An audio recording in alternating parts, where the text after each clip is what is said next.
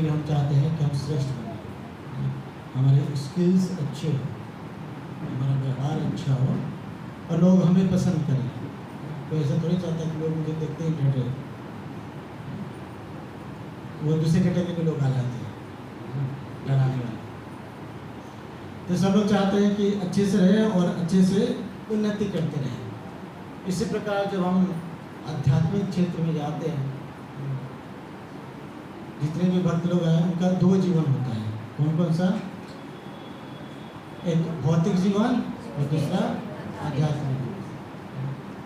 आध्यात्मिक जीवन जो भक्त लोगों का जीवन होता है वो भी सिमिलरली मटेरियल लाइफ की तरह ही होता है।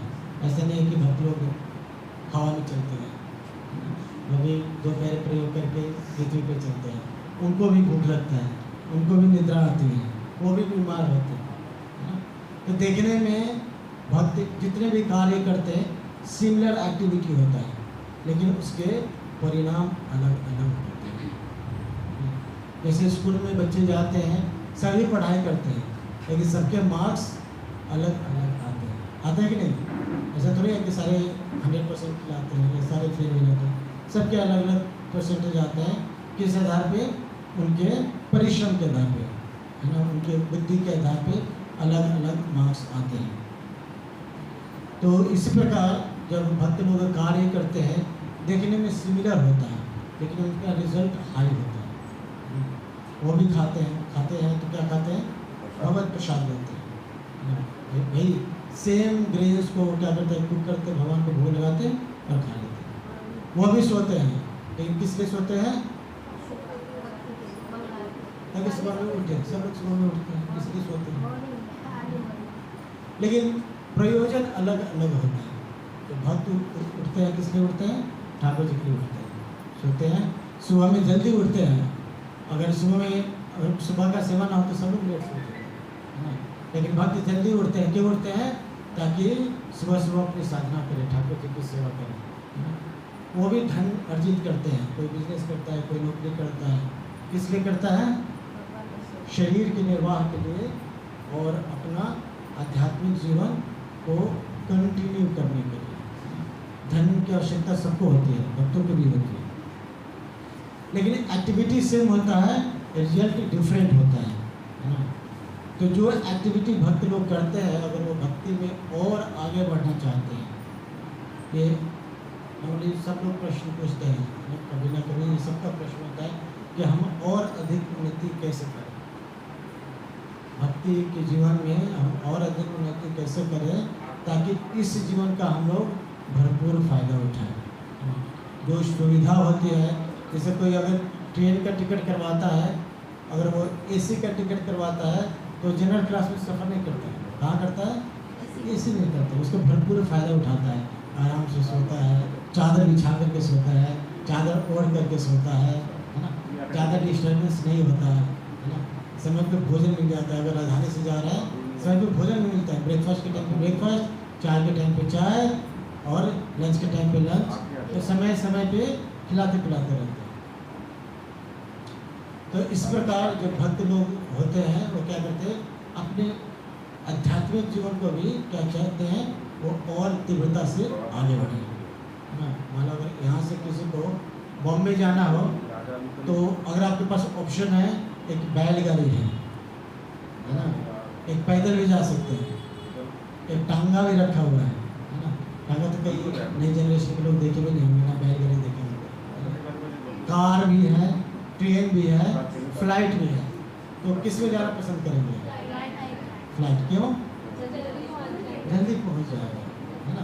तो उसके लिए कीमत देनी पड़ती है, ज़्यादा धन खर्च करना पड़ता है, करना पड़ता है कि नहीं?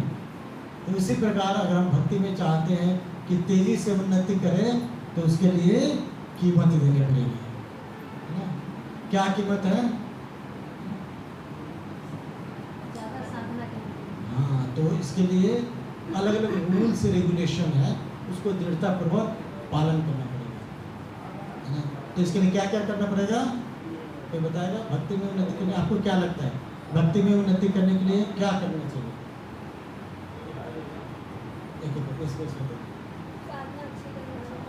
साधना अच्छी करनी चाहिए, ठीक है। और रितिका माता जी, भक्तों का संग करना चाहिए। आरती माता जी, ध्यान पूर्वक जप करना चाहिए। पायल माता जी, 4 नियम का दृढ़ता पूर्वक पालन करना चाहिए। सब जितने भक्त हैं 4 नियम पालन करने का प्रयास करते हैं। ग्रॉस लेवल पे तो हो जाता है, मेंटल लेवल पे बड़ा डिफिकल्ट होता है। मेंटल लेवल पे बार बार टूटता है। क्यों टूटता है?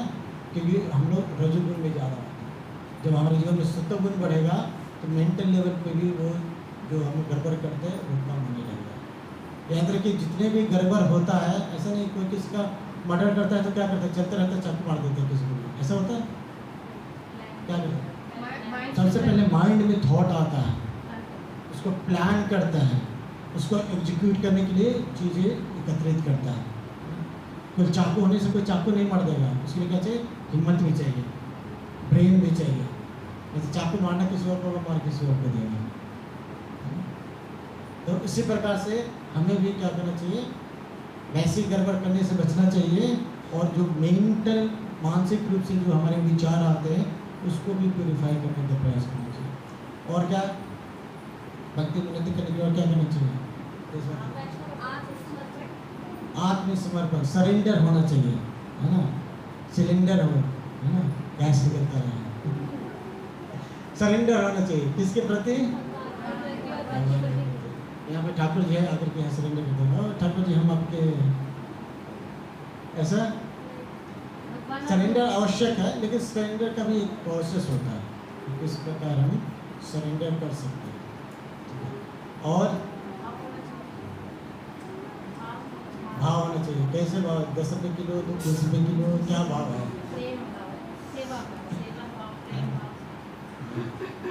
तो भाव में प्रेम होना चाहिए, प्रेम पूर्वक जो सेवाएं कर रहे हैं प्रेम पूर्वक होना चाहिए। और भौतिक सुखों को त्यागना चाहिए, है ना? सोना नहीं चाहिए, खाना नहीं चाहिए, खाना चाहिए, सोना चाहिए।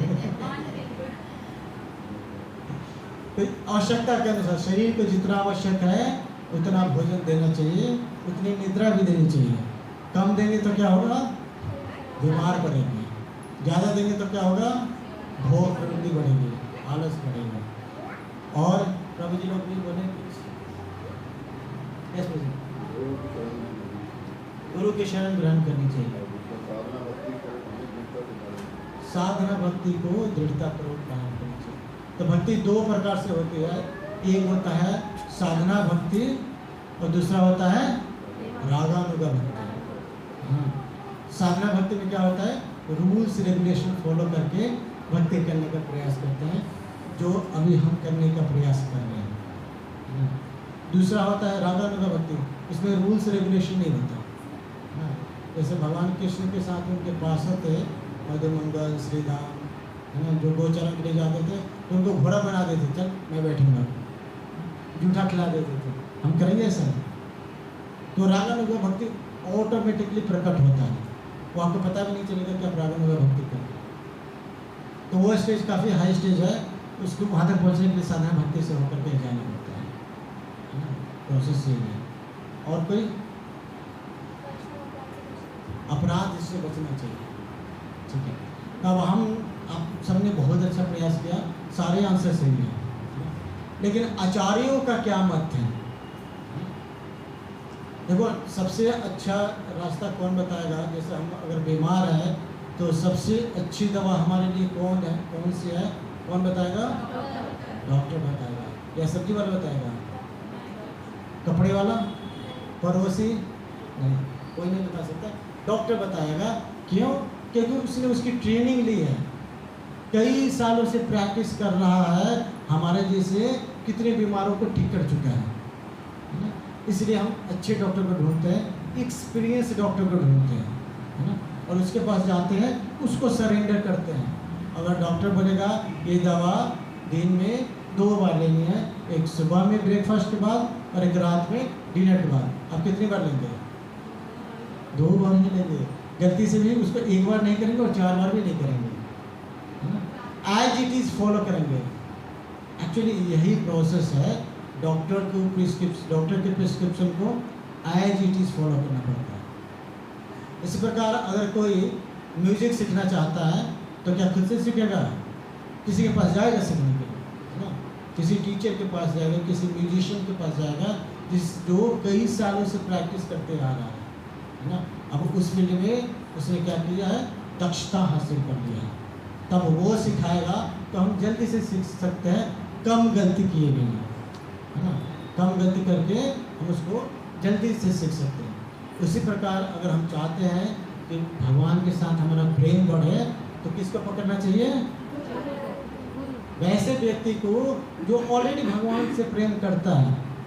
आज से ऐसा नहीं सुबह में उठा आज तो भगवान ठाकुर जी से प्रेम हो गया है, जिसने अपना पूरा जीवन समर्पित किया है उसी कार्य के लिए। जैसे डॉक्टर पूरा जीवन समर्पित करता है, म्यूजिशियन पूरा जीवन समर्पित करता है, टीचर पूरा जीवन समर्पित करता है, लॉयर पूरा जीवन समर्पित करते हैं, जितने प्रोफेशंस हैं पूरा जीवन देते हैं, तब जाकर के वो उस फील्ड में दक्ष होते हैं।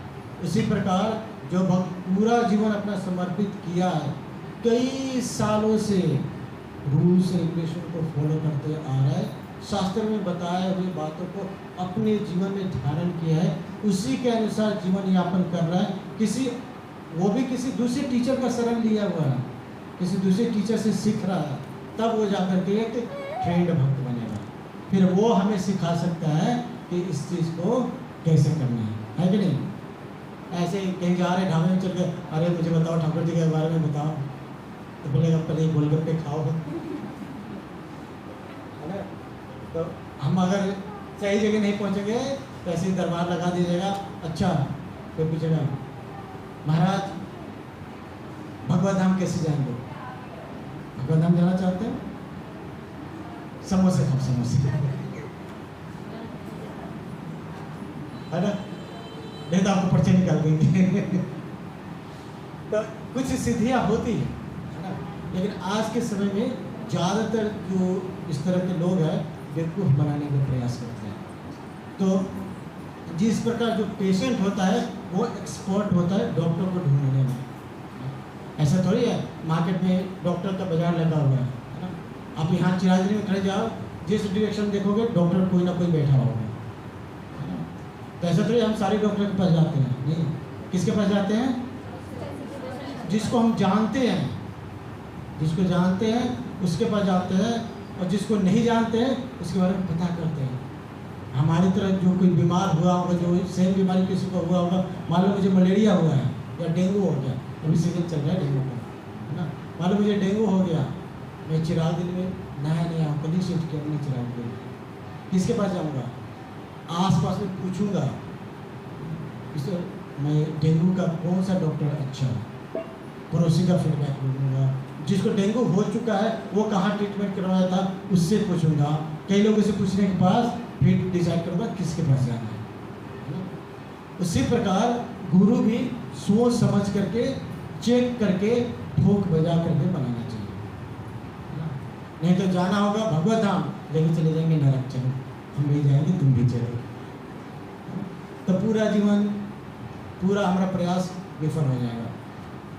भक्ति विनोद ठाकुर बोला करते थे कि वैसी भक्ति बिल्कुल निर्फल है, उसका कोई फल नहीं मिलता है, जिसको करने के बाद भगवत प्रेम प्राप्त हो। वो क्या है? श्रम एवं ही केवल श्रम है, केवल हार्ड वर्क है और कुछ नहीं है। ऐसे कोई भी कर्म काम कर लो, यज्ञ कर लो, तपस्या कर लो, अगर उससे भगवत भक्ति प्राप्त नहीं होता, भगवत प्रेम प्राप्त नहीं होगा, ठाकुर जी के साथ रिलेशन इस्टेब्लिश नहीं होता, तो क्या है? श्रम है, हार्ड वर्क है और कुछ नहीं। हमें एक्सपर्ट होना चाहिए गुरु को ढूंढने में, आचार्य को ढूंढने में, और उनके पास जाना चाहिए। इसलिए अगर आप टीवी पे देख रहे हैं, यूट्यूब पे देख रहे हैं, किसी भी बाबा को देख रहे हैं, सुन रहे हैं, तो इसके बारे में पता करना चाहिए कौन है, इसकी ट्रेनिंग कहाँ हुई, इसके गुरु कौन है, ये कौन से परंपरा से आते हैं, परंपरा मतलब कौन सा कॉलेज से आता है। अब मैंने अपना प्राइवेट कॉलेज खोल दिया, आओ यहाँ से BSc कर लो, MBBS कर लो, बाहर जाओ, डिग्री का कोई वैल्यू नहीं, तो 4-5 साल लगाने का कोई फायदा है?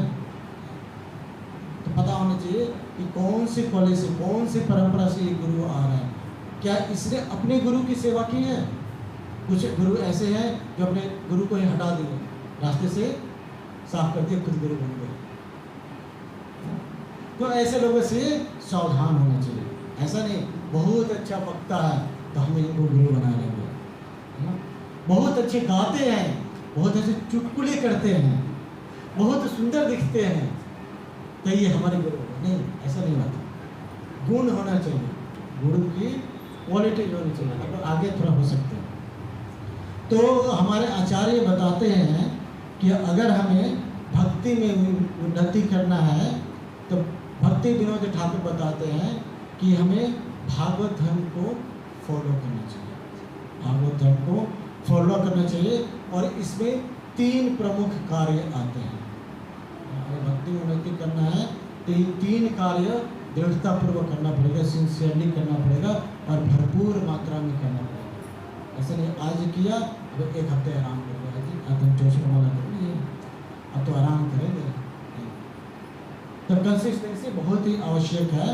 तो भक्ति विनोद ठाकुर 3 फॉर्मूला बताते हैं, है ना, भागवत धर्म को करने के लिए, भगवत भक्ति प्राप्त करने के लिए। तो पहला फॉर्मूला क्या है? पहला आता है नाम रुचि, है ना। जो भगवान का नाम है इसमें हमें रुचि आनी चाहिए। किस प्रकार की रुचि? जिसे हरिदास ठाकुर किया करते थे, दिन में 3 लाख नाम जप किया करते थे। 3 लाख नाम जप करने में कितना लगता है? हम कितना करते हैं? लगभग 28,000 करते हैं।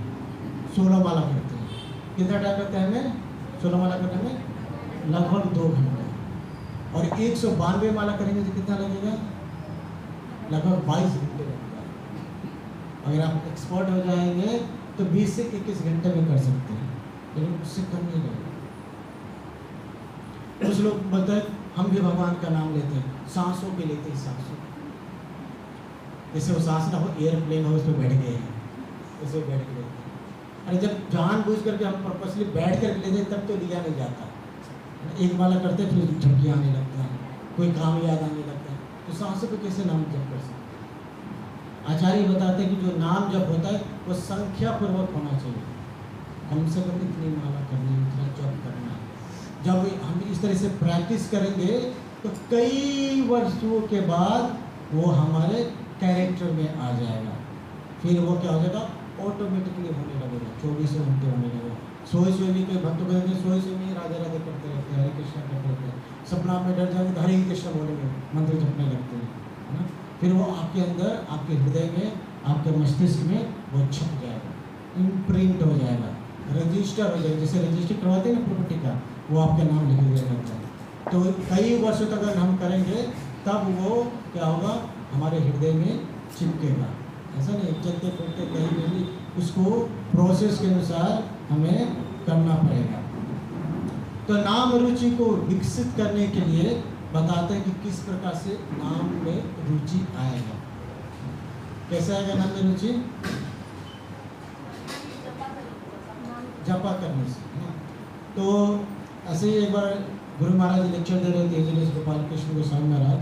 तो एक भक्त ने बोला कि गुरु महाराज अनेक वर्ष हो गए, 15 सालों से मैं जप कर रहा हूँ, लेकिन नाम में रुचि नहीं आ रही। तो गुरु महाराज ने बोला आपकी रुचि है, इसलिए तो 15 सालों से करते आ रहे हैं, तो छूट गया रहता।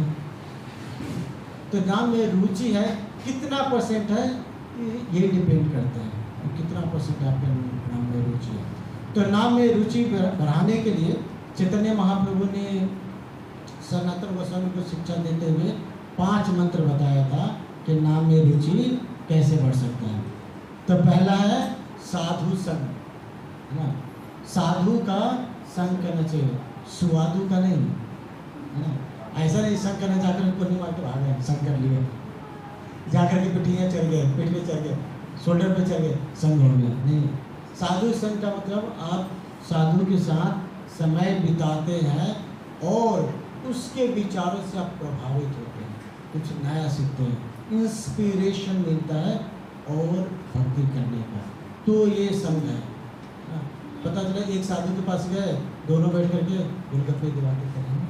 कितना गोलगप्पे खा लेता है? ये तो 4 खा लेता है। अरे कल तो मैं 6 का खा गया था। तो ये संग नहीं है, ये है क्या है? प्रजल्पा है, ये संग नहीं होता। संग से आपकी भक्ति बढ़ती है।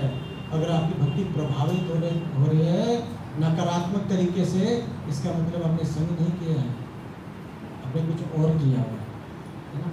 तो हमें सावधान रहना चाहिए साधु का संग करने को। तो साधु कहाँ मिलेंगे, कैसे संग करेंगे? जंगल में जाए, पहाड़ों में जाए, कहाँ जाए? तो साधु का संग हम दो प्रकार से करते हैं। एक वाणी के रूप में, है ना, उनके इंस्ट्रक्शन को आप सुनते हो। आजकल तो सुविधाएं बढ़ गई है ना, ऑडियो वीडियो अवेलेबल है, उसको आप श्रवण कर सकते हैं। दूसरा फिजिकली संग कर सकते हैं, है ना। पहले लोग तीर्थ में जाते थे तो क्या करते थे, स्नान करते थे और कथा सुनते थे। पहले कथा सुने, कोई तीर्थ से वापस नहीं आता था। तो साधु का संग अभी जैसे हमारी ऑर्गेनाइजेशन है इसको, तो यहाँ पे बहुत ही सुलभ हो गया है। जैसे चिराग दिल्ली में सेंटर खुल गया, यहीं पे आपको बहुत सारे भक्त मिल जाएंगे। तो आप बोलोगे यहाँ पे तो प्योर डिवोटी नहीं है, सारे नियोफाइट है। या यहाँ पे भी आपसे थोड़े से ऊपर लेवल वाले तो है जहाँ पे आप सीख सकते हैं। अगर आपको लगता है नहीं आपको प्योर डिवोटी चाहिए, तो ठाकुर जी हृदय से प्रार्थना करिए, ठाकुर जी व्यवस्था करेंगे। अभी आपकी क्वालिफिकेशन यही है, अभी इन भक्तों को तो झेला नहीं जाता, प्योर भक्तों को कैसे झेलेंगे? जा करके उनके चरणों में अपराध होने लगे, वैष्णव अपराध करने लगे। तो ये हमारा क्या है, ट्रेनिंग क्षेत्र है। यहाँ पे ट्रेनिंग, यहाँ पे हमें ट्रेनिंग मिलता है ना। तो हम यहाँ से क्या करते हैं, साधु का संग करते हैं। दूसरा है हरि नाम संकीर्तन, कीर्तन करना चाहिए, है ना। कोई जरूरी नहीं हमेशा नगर संकीर्तन निकाले, है ना। घर में बैठ करके कीर्तन सकते हैं, घर में शाम होता है, सुबह होता है, फैमिली मेम्बर्स को बिठा करके कीर्तन कर सकते हैं। 10 मिनट 15 मिनट जितना कर सकते हैं कीर्तन करना चाहिए। भक्तों के एक दूसरे को घर पे आना चाहिए, बुलाना चाहिए, जाना भी, बुलाए तो जाना भी चाहिए। और वहाँ पे जा करके केवल खाना नहीं चाहिए, है ना, तो भोजन ग्रहण नहीं करना चाहिए, प्रसाद ग्रहण नहीं करना चाहिए, वहाँ क्या करना चाहिए, कीर्तन करना चाहिए, भगवत कथा करनी चाहिए, है ना। फिर है नेक्स्ट मथुरावास, है ना।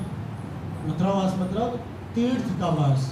जब तीर्थ में जाए तो तीर्थ में जाना चाहिए और वहाँ पे रुकना चाहिए, और कम से कम एक रात वहाँ पे व्यतीत करना चाहिए, क्योंकि धाम का पोटेंशियल होता है। आप जब यहाँ पे माला करते हैं, आप जो घर में माला करते हैं और सेंटर में माला करते हैं, दोनों में फर्क होता है या नहीं होता है? कौन अच्छा होता है? सेंटर। क्यों? यहाँ पे प्योरिटी है ना। यहाँ पे हरि का गान होता है, हरि संकीर्तन होता है, ठाकुर जी की सेवा होती है, भक्त लोगों का चरण रस है, इसलिए इसकी प्योरिटी है। सोचो धाम में ठाकुर जी का चरण रस है। जो यहाँ पे माला करने में हमें एफर्ट लगता है, वृंदावन में जाते हैं ऑटोमेटिकली माला भागने लगता है, बिल्कुल एफर्ट नहीं आता, बिल्कुल नींद नहीं आता। मंदिर में आप मंदिर में जाए, सुबह में मंगला आरती में 4-10 बजे प्रभुपाद जी के पास आरती होता है, 4:30 बजे राधा श्याम सुंदर के पास आरती होता है। आरती खत्म होता है, वहाँ पे बैठ जाओ, कब 16 माला होता है पता ही नहीं चलता। एफर्टलेस होता है। क्यों? धाम का प्रभाव होता है, उस क्षेत्र का प्रभाव होता है। आप चले जाइए क्लब में, चले जाइए, वहाँ जाएंगे तो क्या होगा, वैसे ही करने का मन करेगा जो बाकी लोग कर रहे हैं। तो क्षेत्र का प्रभाव बहुत ज़्यादा होता है, इसलिए ऐसे क्षेत्र में वास करना चाहिए जहाँ पे आपकी भक्ति बढ़े, है ना। और क्या करना चाहिए, भागवत श्रवण करना चाहिए। भगवत गीता, भागवतों में रामायण, महाभारत, वेदास, उपनिषद, पुराण, ये सब क्या करना चाहिए, पढ़ना चाहिए। इतने सारे ग्रंथ तो नहीं पढ़ सकते, लेकिन 3 प्रमुख ग्रंथों को अवश्य पढ़ना चाहिए। कौन कौन सा? भागवतम, भगवद गीता और चैतन्य चरितामृत, है ना। ये क्या है, ये ग्रेजुएशन, मास्टर डिग्री और PhD। तो कम से कम 3 ग्रंथ तो जीवन में जरूर पढ़ना चाहिए। और केवल पढ़ना ही नहीं चाहिए, एक होता है पढ़ना। आप समझे, उपन्यास पढ़ा होगा, नोवेल पढ़ा होगा, पढ़े मनोहर कहानियाँ, चाचा चौधरी, सहेली, पहेली, पढ़ा। तो क्या करते हैं, रीडिंग करते हैं, छोड़ देते हैं, इतना ही करते हैं। लेकिन ये जो शास्त्र है रीडिंग के लिए नहीं होता, है ना। उस पर क्या करना चाहिए, वर्क करना चाहिए, पढ़ना चाहिए, कर सकते हैं। जैसे भगवद गीता में भगवान बोल रहे हैं क्या, मन मना भव मद भक्त, मेरा भक्त बनो, मध्याजे माम नमस्कार। अगर भक्त नहीं बन सकते कम से कम नमस्कार करो। ऐसा नहीं भगवान ये बोल दिया ये पढ़ लिया हो गया। भगवान बोले हैं क्या भक्त बनने का प्रयास करना चाहिए। भगवान बोले नमस्कार करो। यहाँ पे भी ठाकुर जी का दर्शन हो वहाँ पे प्रणाम करना चाहिए। कुछ लोग अजीबोगरीब तरीके से प्रणाम करते हैं। हनुमान मंदिर के पास देखेंगे जाएंगे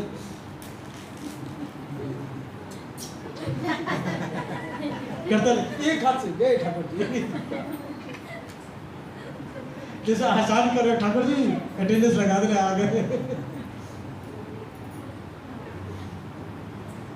तो हमें क्या करना चाहिए श्रद्धा पूर्वक भाव पूर्वक।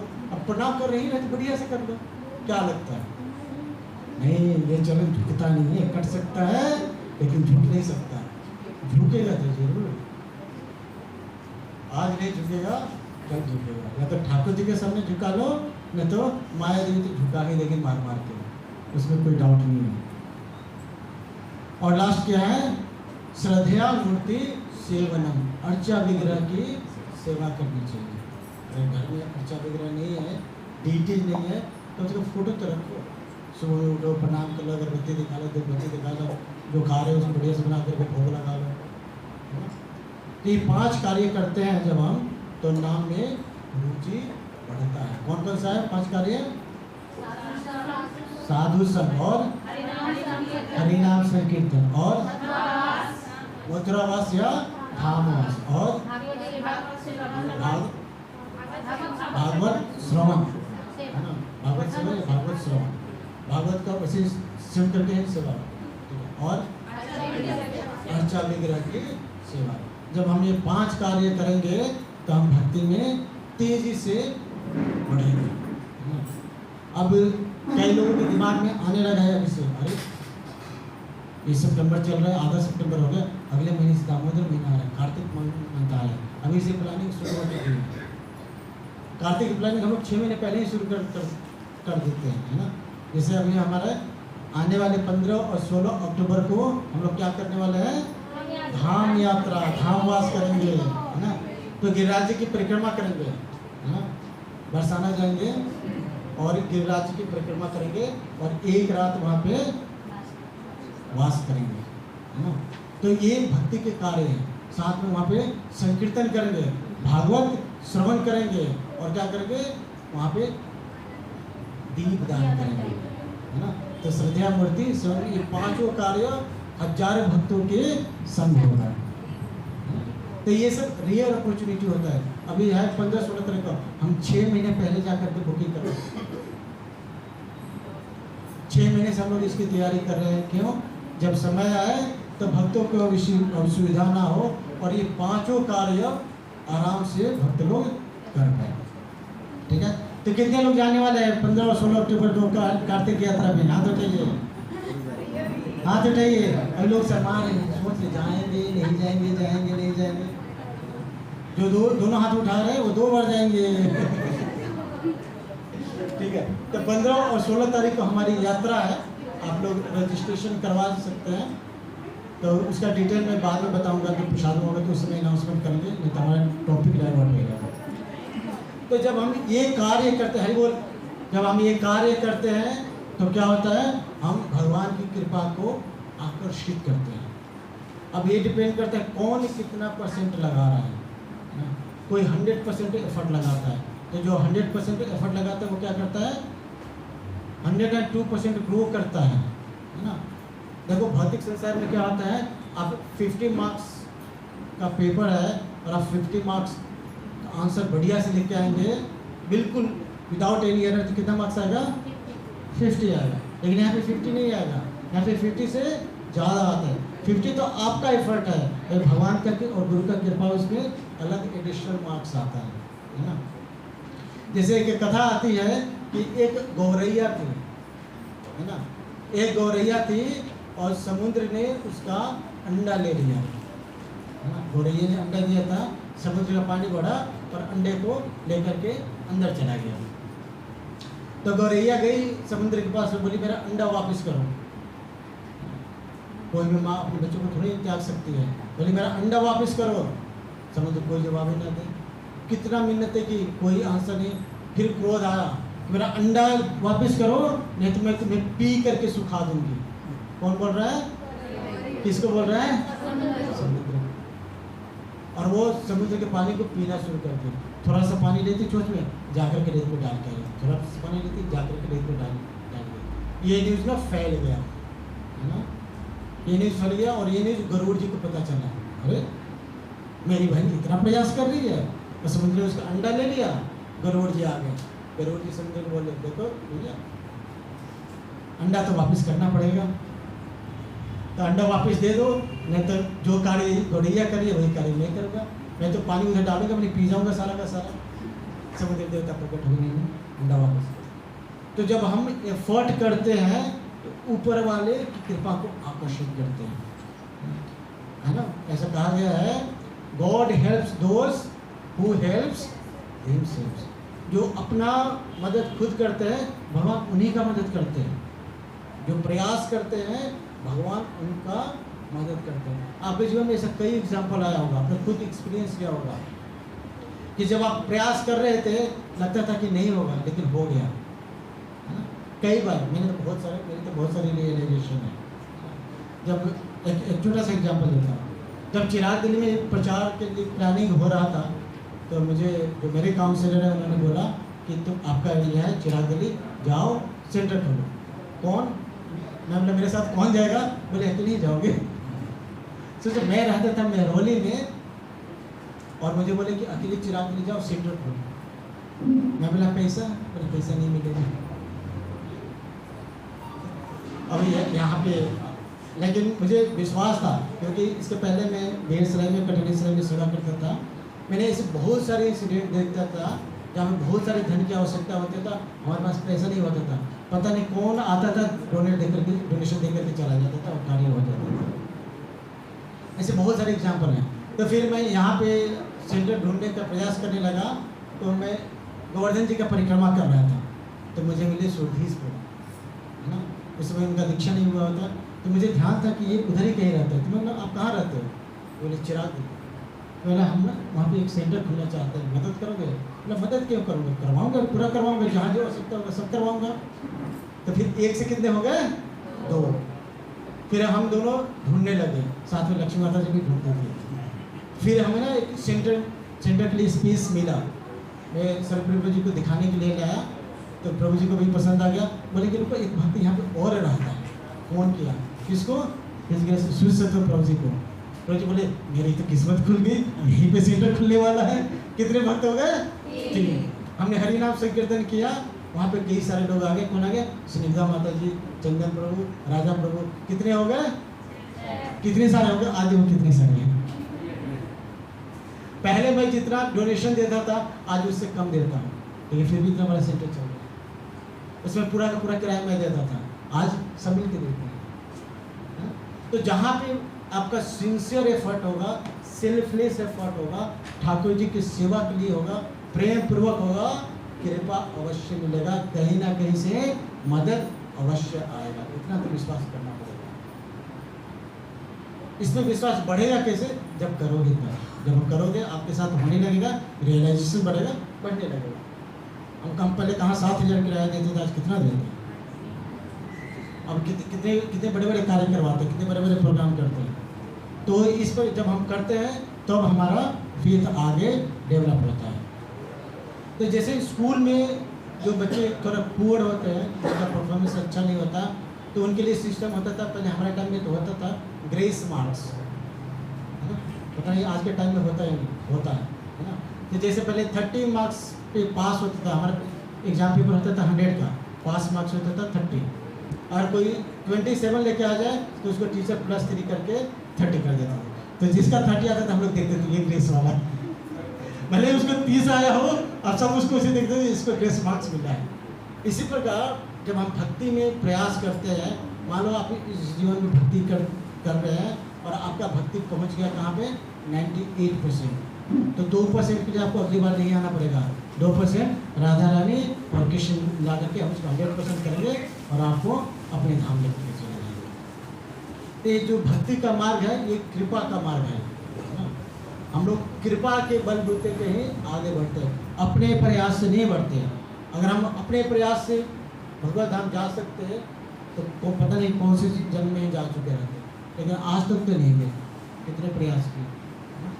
तो भक्ति ना कृपा के आधार पे चलती है, इसलिए क्या करना चाहिए, हमें गुरु और कृष्ण पे फेथफुल होना चाहिए कि कृपा मिलेगा। बस हमें क्या दिखाना है, अपना सिंसियरिटी दिखाना है। तो इस प्रकार से हम भक्ति में आगे बढ़ सकते हैं। हमने पहला पॉइंट डिस्कस किया। दूसरा है जीव दया, है ना। कितने लोग यहाँ पे 8 माला, कम से कम 8 माला करते हैं? 8 माला, कम से कम 8 माला करते हैं, ठीक है। कितने लोग ऐसे हैं जो 8 माला करने से पहले अंडा, चिकन, मटन, फिश, तीस सब खाते थे? कोई है जो माला करने से पहले खाते थे? है, ऐसे लोग हैं, ऐसे लोग हैं, चुप चुप के हाथ उठा रहे हैं ठीक है। तो ऐसे ऐसे बहुत सारे लोग हैं। आज वही लोग चींटी को भी देखते हैं तो वहाँ पैर नहीं रखते, होता है। ये कहाँ से हो गया, कैसे हो गया? अब चींटी पे भी दया, यहाँ पे आतंक मचा हुआ है किसका? चूहे का। मैं कई भक्त को बोला दवा रखते, नहीं प्रभु जी हम नहीं रखेंगे, मर जाएगा बोले रोटी रख दो, रोटी भी रखते हैं तो सुबह सुबह भाग के आते, कहीं फंसा हुआ बेचारा भूखे प्यासे होगा, चलो उसको बाहर छोड़ करके आएंगे। तो चूहे, कॉकरोच, चींटी, चिट्टा, इस पर भी दया आने लगा। कैसे हो गया? हृदय परिवर्तित कैसे हुआ? नाम से, भगवान नाम से। क्यों? क्योंकि ये गुण भगवान के ऊपर है, सबके ऊपर दया करते हैं। वही गुण हमारे अंदर था, लेकिन दबा हुआ था। ऐसा थोड़ी इंजेक्शन देकर डाला गया, अब लोग ये अब जीव दया करोगे। हमारे अंदर सब जो गुण भगवान के अंदर है, वो सारे गुण हमारे अंदर भी है, बस मात्रा का फर्क है। क्यों? क्योंकि हम भगवान के अंश हैं। भगवान भगवत गीता में बताता है, ममय वांश जीवलोक जीवभूत सनातन। ये जितने जीव है कौन है? ममय अंश, ये सारे मेरे अंश हैं। सब लोग भगवान के पार्ट एंड पर्सन है, उन्हीं के अंश हैं। तो उनके अंदर जो गुण है वो सारे गुण हमारे अंदर है, बस दब गया है माया के प्रभाव में। पता नहीं कितने जन्म से हम लोग गलत कार्य, उल्टे पुल्टे कार्य करते आ रहे हैं, तो जो अच्छे गुण थे वो दब गए। अब शास्त्रों के संपर्क में आके, गुरु के संपर्क में आके, नाम के संपर्क में आके वो गुण क्या होंगे? वापस प्रकट होने लगे। तो जब हम जीव दया करते हैं दूसरों पे, ऐसा नहीं केवल कॉकरोच पे, चिट्टे पे, चूहे पे करना है, ये सारे जीव हैं, जितने भी शरीरधारी है ना, जो चल सकते हैं या नहीं चल सकते, वो सारे क्या है? जीव हैं। सब पे दया दिखानी है। इसलिए जब हम हरि नाम संकीर्तन करते हैं तो ऐसा नहीं करते, यहाँ पे जो पार्क है यहाँ पे नहीं करेंगे, सब पे करते। पेड़ पौधे, पशु पक्षी, कीड़े मकोड़े, काला गोरा, लंबा पतला मोटा, सबको सुनाते हैं, सबको हरि नाम देते हैं। क्यों? क्योंकि इसको बोलते हैं अज्ञात स्वीकृति। हमारे पास भी किसने हमें दिया था? अज्ञात स्वीकृति। कोई आकर के माला दिया, किताब दिया, हरि नाम दिया, तब हम आज यहाँ पे बैठ करके कथा का श्रवण कर रहे हैं, है कि नहीं? तो जीव दया बहुत ही जरूरी है। अगर जिसके अंदर जीव दया नहीं होगा, उसका भक्ति में उन्नति नहीं होगा। बहुत सारा भर भर के थूक भाव में क्या करेगा? अपराध करेगा, जीव अपराध करेगा, नाम अपराध करेगा। इसलिए जीवों पे दया परम आवश्यक है। और तीसरा आता है वैष्णव सेवा, साधु संतों भक्तों का सेवा करना, है ना। जब हम सेवा करते हैं तो क्या होता है? भगवान प्रसन्न होते हैं। जब प्रचेता, भागवत में वर्णन आता है कि जो 10 प्रचेता थे वो क्या कर रहे थे? तपस्या कर रहे थे, है ना। किसको? शिव जी को प्रसन्न करने के लिए पानी के अंदर जाकर के तपस्या कर रहे थे। फिर क्या हुआ? शिव जी प्रसन्न हो गए, भगवान शिव प्रसन्न हो गए और उनको दर्शन दिया। तो उन्होंने क्या बोला कि तुम लोग जो मिल करके तपस्या कर रहे हो, मैं इससे प्रसन्न हुआ। जैसे घर में अगर 3-4 बच्चे हो और बच्चे आपस में हमेशा झगड़ते रहते हो, मम्मी पापा बहुत खुश होते हैं। खुश होते हैं? मम्मी पापा कभी खुश नहीं होंगे। लेकिन वही बच्चे अगर साथ में मिल करके सारे कार्य करें, प्रेम पूर्वक रहे, माँ बाप प्रसन्न होते हैं, बहुत प्रसन्न होते हैं। इसी प्रकार जब हम मिल करके रहते हैं तो ठाकुर जी ज़्यादा प्रसन्न होते हैं। जब हम मिल करके सेवा करते हैं, ठाकुर जी ज़्यादा प्रसन्न होते हैं। इसलिए कोई भी प्रोग्राम करते हैं हम सबको बोलते हैं डोनेशन करो, ऐसा नहीं कल मैं नहीं दूंगा, टेंशन नहीं लूँगा। जब भक्ति विनोद ठाकुर मायापुर का मंदिर बना रहे थे, है ना, उस समय वो कलकत्ता में रहते थे और कलकत्ता के कलेक्टर थे। क्या थे? कलेक्टर थे। और वो उन्होंने मूवमेंट निकाला कि सबसे हमें लेना है कितना, 1 रुपये।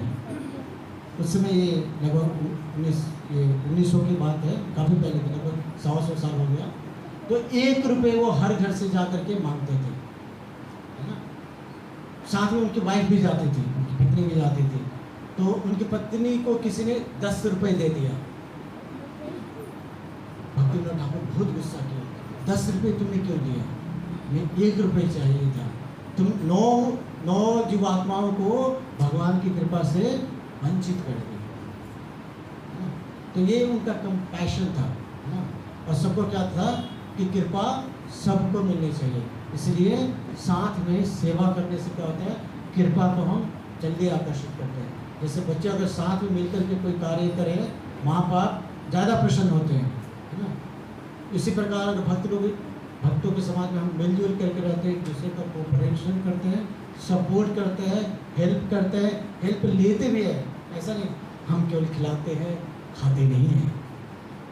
हम केवल मदद करते हैं, मदद लेते नहीं हैं। करना भी है और लेना भी है। जब हम ऐसा करते हैं तब भगवान प्रसन्न होते हैं। क्यों? क्योंकि हम सब मिलजुल के कर रहे हैं। तो ये परम आवश्यक है क्या, कि जो सेवा है, वैष्णव सेवा, साधु संतों की सेवा, हम उनका साथ भी करें, इकट्ठे होकर के करें। तो ये 3 प्रमुख चीज़ें हैं, ये 3 चीज़ें भक्ति विनोद ठाकुर बता रहे हैं कि ये हमें करनी चाहिए। अभी बताने के लिए तो काफ़ी कुछ है, लेकिन डिसअपॉइंट नहीं लेंगे। तो ये 3 चीज़ें हमें करनी है। कौन कौन सी चीज़ है भक्ति विनोद ठाकुर जो बता रहे हैं? नाम, रुचि और जीवदया और वैष्णव सेवा। ये 3 कार्य हम करते हैं तो हम भक्ति में जल्दी उन्नति करते हैं। नाम में रुचि में 5 प्रमुख कार्य आते हैं। कौन कौन से हैं? साधु संग, हरिनाम संकीर्तन, मथुरावास, अच्छा विग्रह का सेवा और भागवत सेवा। ग्रंथों का क्या करना है? अध्ययन करना है। तो हम अभी यहाँ पे एक्टिविटी करेंगे एक 10 मिनट का। 7:35 हो रहा है, 7:45 तक करेंगे। चंद्रपुर तैयार है आप? ठीक है। तो आप सबको एक ग्रंथ मिलेगा, छोटी बुक, स्मॉल बुक, है ना। उसका 1 पेज पढ़ना है, ठीक है। साथ में पढ़ना है। आप घर पे भी पढ़ते हैं? कितने लोग ग्रंथ घर पे पढ़ते हैं? आधे लोग पढ़ते हैं, आधे लोग नहीं पढ़ते, ठीक है। किनके पास घर पे ग्रंथ है, कोई भी बुक, ठीक है, हाथ नीचे कीजिए। किनके पास नहीं है वो हाथ उठाइए। जिनके पास कोई भी ग्रंथ नहीं है घर पे, ना रामायण, महाभारत, भगवद गीता, भागवत, कुछ नहीं है। कोई ऐसा है जिसके घर पे कुछ भी नहीं है, कोई भी ग्रंथ नहीं है? कोई नहीं, सबके पास है। तो सबको पढ़ना चाहिए। तो हम आपको एक ट्रेलर दिखाएंगे, है ना, एक 10 मिनट का एक्सपीरियंस। तो अभी हमारे पास में हिंदी और इंग्लिश दोनों प्रकार की पुस्तक है। जिनको इंग्लिश चाहिए वो हाथ उठाएंगे, जिनको इंग्लिश बुक चाहिए। चंद्र पर वो इंग्लिश कॉपी है, ठीक है। 2-3 कॉपी इधर इंग्लिश वाली दे दीजिए, बाकी सबको स्मॉल बुक दीजिए। हम यहाँ पे 1 पेज की रीडिंग करेंगे, आपको उसके बाद रियलाइजेशन पूछेंगे कि कैसा लगता है। इंग्लिश वाले दे दीजिए, पहले इंग्लिश बांट दीजिए, उसके बाद हिंदी दे दीजिए। जिनके पास कोई भी बुक है अभी वो निकाल लीजिए, जिनके पास नहीं है तो उधर से हमारे वॉलंटियर्स आ रहे हैं, आपको बुक प्रदान करेंगे, ठीक है। हिंदी बुक बांट दीजिए, इंग्लिश बुक हो गया, हिंदी बुक दे दीजिए।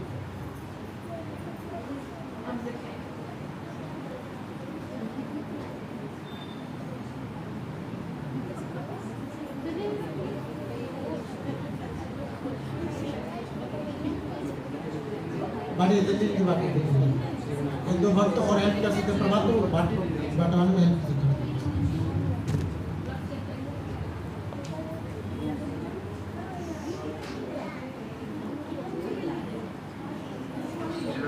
एक पेज पढ़ना है, 1 पेज। बुक में से कोई भी 1 पेज ले सकते हैं। अच्छा होगा कि जहाँ से चैप्टर, कोई भी चैप्टर स्टार्ट हो रहा है, वो वाला पेज पढ़िए तो आपके समझ में आएगा, ज़्यादा समझ में आएगा। क्योंकि अगर 20 से लेंगे तो पीछे वाला कंटेक्स्ट आपको पता नहीं लगेगा।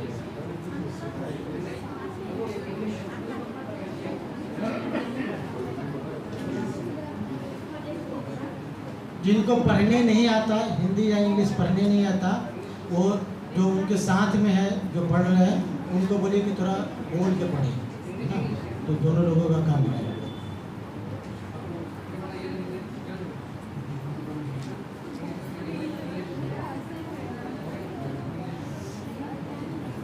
बाटी बाटी जल्दी से बाटी। इधर भी बाटी, इधर इधर कितने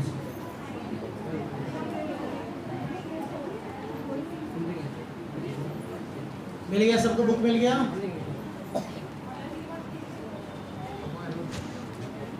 सबको बुक मिल गया? कोई ऐसा है जिसको बुक नहीं मिला? ये हाथ दिखा रही है। यस प्रिंसिपल बताइए।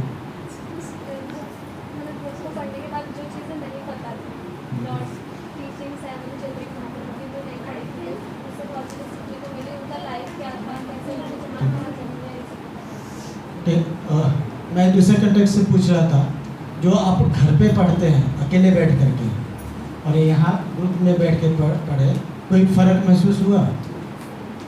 हाथ उठा के बोलना है, ऐसे नहीं, पूरा हाथ उठाइए, काट नहीं देंगे। ऐसे बता दीजिए। सबके साथ पढ़ते तो फिर और ज़्यादा पढ़ते जाते, मन लगता है पूरा, ध्यान के साथ। हाँ, इसमें कॉन्सेंट्रेशन अच्छा रहता है, कंसंट्रेशन अच्छा होता है, ऐसा लगता है कि आवाज़ कर रहे हैं, गड़बड़ नहीं करना है। ठीक है, और कोई? एक माहौल बन जाता है। हाँ, एक संग प्राप्त होता है जब एक ही मूड के सारे लोग हो ना, तो कार्य करने में अच्छा लगता है। जैसे मदिरालय में जाएंगे ना, सब शराब पीने में बिजी रहते हैं, वहाँ पे उनको ज़्यादा आनंद आता है। ऐसे भक्तों के समाज में जब सब कीर्तन करते रहते हैं, सबको आनंद आता है। तो जब सब बैठ करके, माने कोई जरूरी नहीं इतना बड़ा ग्रुप हो, घर में 2-3 लोग हैं, वो भी साथ में बैठ के पढ़ सकते हैं, तो वहाँ पे क्या होता है, एक रीडिंग हैबिट बनता है।